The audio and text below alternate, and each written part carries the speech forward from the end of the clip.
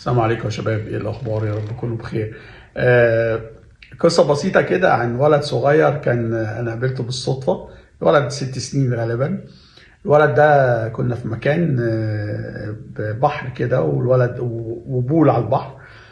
فالولد لقيته ما شاء الله مكان راقي يعني.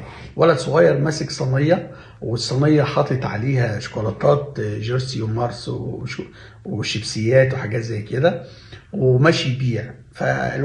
ولد لفت انتباهي، يعني انا بتاع مبيعات فلفت انتباهي صراحه. فناديته، اشتريت منه حاجه وسالته، قلت له انت يعني بتعمل ايه؟ ولد صغير 6 سنين يعني جريد 1 حاجه زي كده يعني. فقلت له انت بتعمل ايه؟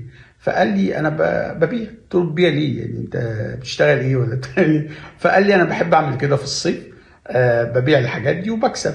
فتخيل طفل 6 سنين بيفكر من صغره وهو بيكسب.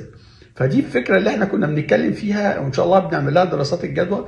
انا عايزك وانت طالب حتى اشتغل، ايه المشكله؟ بالعكس، يعني انت لو تقدر تشتغل وانت طالب وتطلع مصاريفك، دي حاجه كويسه قوي. هتخليك كمان تعرف يعني ايه قيمه القرش، هتخليك تعرف يعني ايه الجنيه بيجي ازاي زي ما بيقولوا. فتخيل ولد 6 سنين وما شاء الله كان مكان راقي. فالولد واضح ان هو مش محتاج يشتغل، بس اهله او ابوه بيشجعه ان هو لان 6 سنين اكيد حد بيساعده في قرار زي كده، مش هيقدر ياخد قرار زي كده من نفسه. فابوه بيساعده ان هو يعلمه ازاي يكسب من هو صغير. الفكره حلوه والكونسيبت نفسه كويس قوي، انك تقدر تعمل حاجه زي كده من صغرك. خلي عندك